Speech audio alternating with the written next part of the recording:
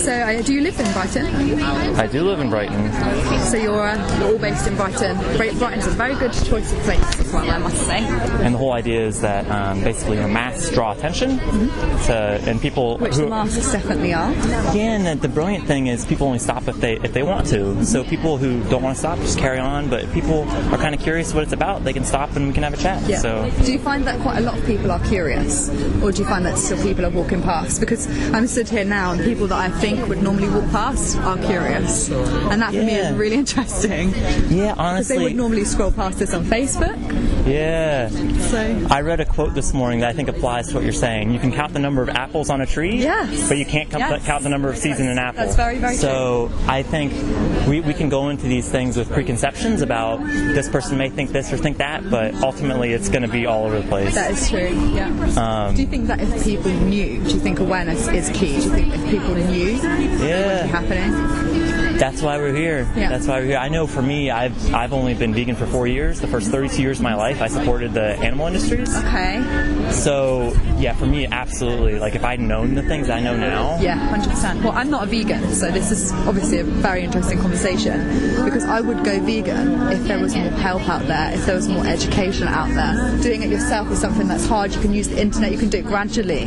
But if it was commonly known and it was accepted to do it, it would be done, wouldn't it? That's a great point. And also, being vegan isn't necessarily the only way to help animals. If it wasn't slaughtered the way they were, if it was all done in a different way, that would be more acceptable. People don't actually know that this is what's happening. I think that's the key thing.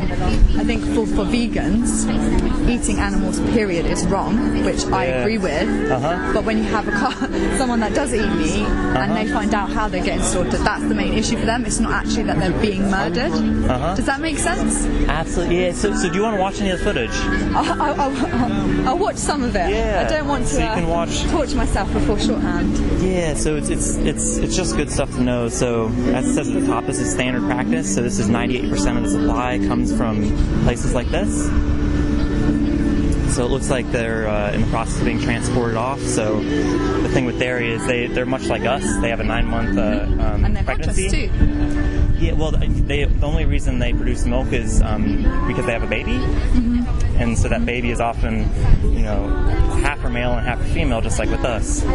So all the males, because they don't serve a use, they're sent to slaughter straight away. How do you overcome that problem? Because people like me and you look at animals and humans as equal. How do you overcome it when someone looks at an animal and they think they're just an animal?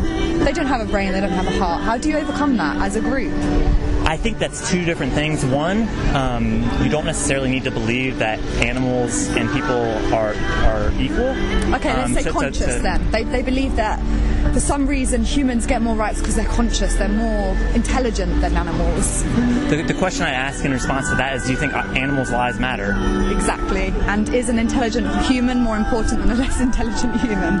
Is the question I would ask. Well, and I personally don't think that there needs to be an equality between human animals and non-human animals to prove the vegan case. That's a good way of putting it, actually.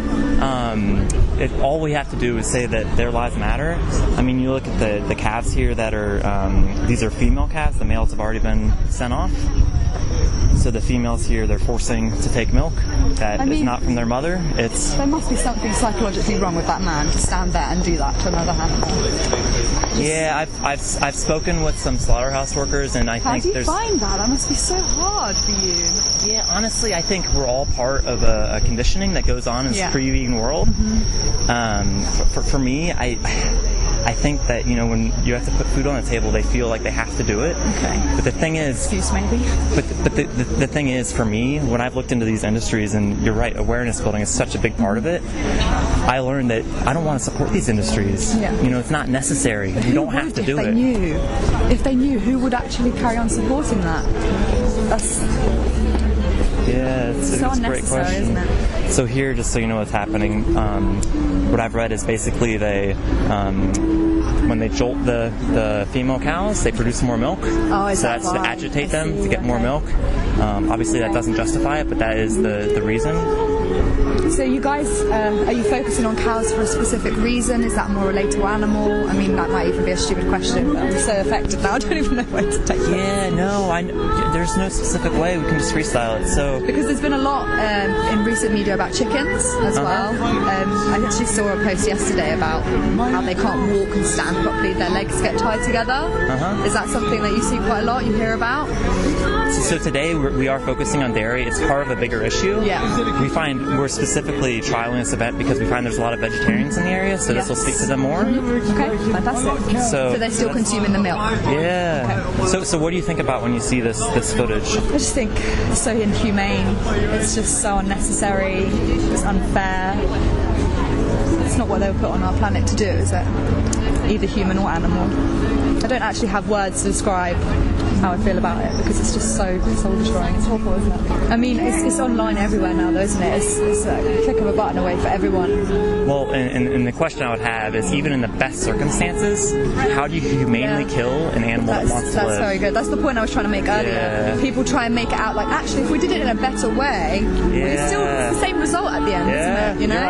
You're onto it. So there's a program called Vegan Challenge 22. Okay. And basically the way it works is it's an opportunity for people to explore veganism for 22 days. Okay, I'm going to try this out. And awesome. I'm going to do it. So basically the way it works is you're put into a Facebook group with loads of other people who are vegan curious. So they can help. Exactly, and there's a team of mentors and dietitians. If you have any questions about nutrition, they're to support you. What's it called again? So the program's called Challenge 22. Challenge 22, okay. Is that, so do you sound like you're interested in it? Yes, definitely. I've said to you before, I've tried many times to do this, but it's never worked for me. It's a really interactive approach, and people just come in with honest questions that we all have, and it's a supportive environment. Is that something you'd like to sign up for today? I'm going to take this back to my class. Okay. I'm going to write it all together, and there may be even more of us coming up later. So that'd be awesome. Hold off until maybe 5 o'clock. Are you here till how long are you here for? 4. Okay. If you want to, I can give you the website, and then it's in your phone. If you wouldn't mind stating your full name as well, that would be great. My name is Jeremy Hess. Thank you very much. And the website? And that links to a program called Challenge 22. So it is all linked together. Well done, Ben. This is fantastic. So, what was your name? Nicole too. I'm Chelsea Curley. Chelsea, I'm Jeremy. Nice to meet you. It's nice to meet you too, Jeremy. Thank you very much for your time. Nice to meet you, Chelsea. You too. And good luck with everything as well. Yeah, thank you for stopping to chat. It's okay. Yeah, so that was the interview. In my opinion, they were in the preparation or action stage, meaning they've considered the issues around animal agriculture and they want to do something about it, and they're getting ready to. So I focused on reiterating the ethical considerations as well as helping to build their support network and give them the tools necessary to help them make that transition and evolve to veganism. If you think the chat was effective, let me know in the comments below. If there's some strategies you think that were particularly effective, let me know that too, and maybe some things that I could work on. So really appreciate any feedback you have. Do you want to miss out on the next video? I didn't think so. Make sure to hit that subscribe button. See you next time.